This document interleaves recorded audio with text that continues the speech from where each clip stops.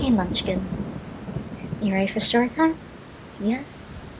Alright, go get tucked in under the covers, nice and comfy, because tonight we'll be reading Paul Johnson's Fearsome Creatures of the Lumberwoods. But don't be alarmed by the title. These creatures aren't all that scary. Silly, maybe, but not all that scary. Dear reader, the world is filled with frogs and zebras, and you have probably seen them both in the zoos and dissected them both in school. But the world is filled with stranger animals, fearsome creatures too terrifying for most zoologists to understand. I have devoted my life to their study. I am a cryptozoologist, and, if I do say so myself, at or near the forefront of my field. So many colleagues have been eaten by chimeras, incinerated by salamanders, or pecked to death by barnacle geese. There is not necessarily much competition left. The focus of my study has been the lumberwoods of North America, a land still wild and untamed at the margin, populated only by lumberjacks and their mortal enemies, the cruel trees that once tyrannized this land. And, of course, by fearsome creatures. This book is the fruit of a lifetime of death-defying feats in the jaws, the literal jaws, of some of the deadliest animals ever to stroll across the earth. But it is by no means complete. There are many undiscovered, or half-discovered, creatures still extant on this great continent. There is the hide-behind, for example, whose most distinguishing feature is that whenever you look at it, it is hiding behind something. Pecos Bill caught one and donated it to the Cincinnati Zoo. But even then, when researchers tried to study it, the creature was always concealed behind the bars of its cage. There's not much to say about such a beast. Not much is known. So, I also left the hide-behind out. I left out the slink and the ring-tailed tooter. There are enough fearsome creatures in this continent to fill 60 or 70 books, such as this one. I sometimes marvel that anyone makes it to the grocery store and back alive. The Hodag.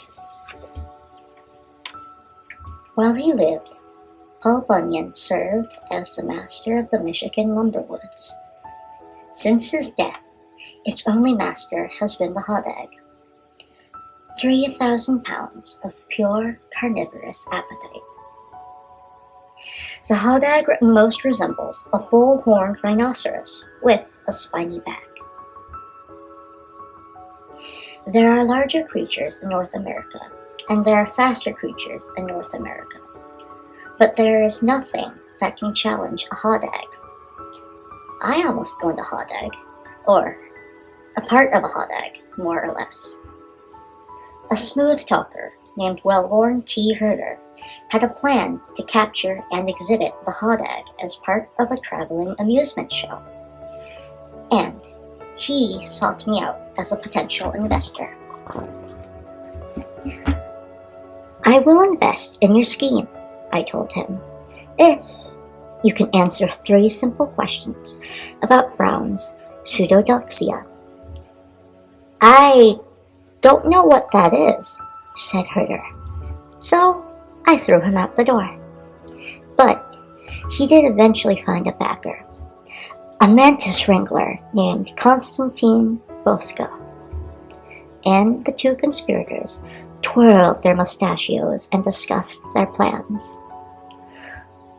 With Fosco's cash, Herder bought a large tent, painted outside and in, with colorful, borderline realistic pictures of the Hodag, breathing fire, impossible, and swallowing people by the busload, impossible.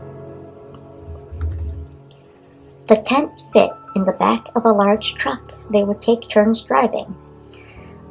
Oh, they were clever fellows. Herder and Vasco would roll into town with the truck's sound system blaring. See the wild Hodag, nature's fiercest antagonist. Absolutely not for children. They set up the painted tent and charged a sawbuck. That's $10 for entrance. The Hodag, Herder explained to the packed house, was behind this curtain here. And he would be leading the beast out in chains very shortly. But first, a description of the terror that is the Hodag. At that moment, Vasco crouched behind the curtain, pressed play on the terrifying field recordings of the grunts and screams, the roaring, the snarling of a young wild Hodag. Herder, dressed in the sequin cape of a circus daredevil, regaled the audience with tales of Hodags ripping up trees by the roots and redirecting rivers with their great horns. And, as he spoke, the sound of the Hodag would reach a crescendo until, at the precise moment, Vasco would rattle chains and shout from the back, "Have mercy on us all! The Hodags escaped!" At this point, he would pull a lever and the tent would half collapse. The terrified townsfolk would bolt out the way they entered, leaving Herder and Vasco to roll up the tent quickly and jam it into the tractor trailer, their pockets filled with 10 spots. No one ever stayed around to demand a refund. And Herder and Vasco were off to another town, with another group of ghouls to defraud with their Hodag noises and their showmanship. They crisscrossed the Midwest with this act, fleecing towns and congratulating each other. If Herder had known that Brown's Pseudodoxia was a classic 17th century treatise on the history of errors, especially the history of errors concerning fearsome creatures, which he did not, he would have received my expert advice, and my expert advice would have been for them to stay the heck out of Michigan. They did not ask me, of course, and so one bright autumn day they ran their scheme in Sandalbarge, Michigan, a small town in the Upper Peninsula. Well-born Herder was in fine form, strolling back and forth before the audience in his sequined cape. He spoke of the Hodag's well-known antipathy to lemons, one of the Hodag's beautiful tears, which coalesce into gem-like drops and which have been worn for centuries as jewelry by the native Chippewa. But mostly he spoke of the deadly ferocity of the Hodag, and had even begun calling out a roll of the many who have lost their lives to the beast's voracious jaws. As he always did, C. Vasco hid behind the curtain and played his old tape of Hodag cries. Everything was on schedule. Everything was according to plan.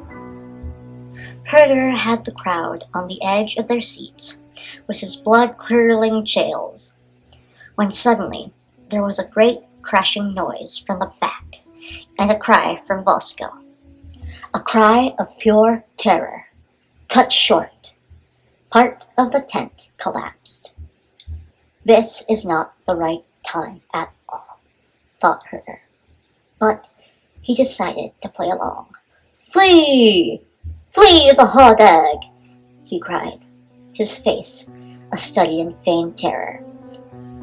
And the audience streamed from the tent in a panic. Herder, meantime, pushed back the curtain to snap at his partner for changing up the program. There, behind the curtain, what did Herder see? He saw Vasco, his eyes wide and his shuddering lips unable to gasp out a word. The upper half of his body was there, but the lower half disappearing down the maw of an enormous beast. Investigators later determined that it was a mother Hodag, attracted to the sounds from Bosco's recorder, the sound of a young Hodag crying. Investigators found half of Bosco and about a quarter of Herder, but the tape recorder was never found. The mother Hodag had carried it away with her. Left behind, rather pathetically, was a small pile of gem-like tears. And that is the end of Chapter 1, Dearest Munchkin. Yes, I know, it was a lot to take in, but thankfully, we are nowhere near the Hodag, and thankfully, we know better than to use the sounds of a young crying Hodag, lest we attract an angry mother Hodag. Now, Munchkin, settle down. Are you cozy under your covers? Yeah? Alright.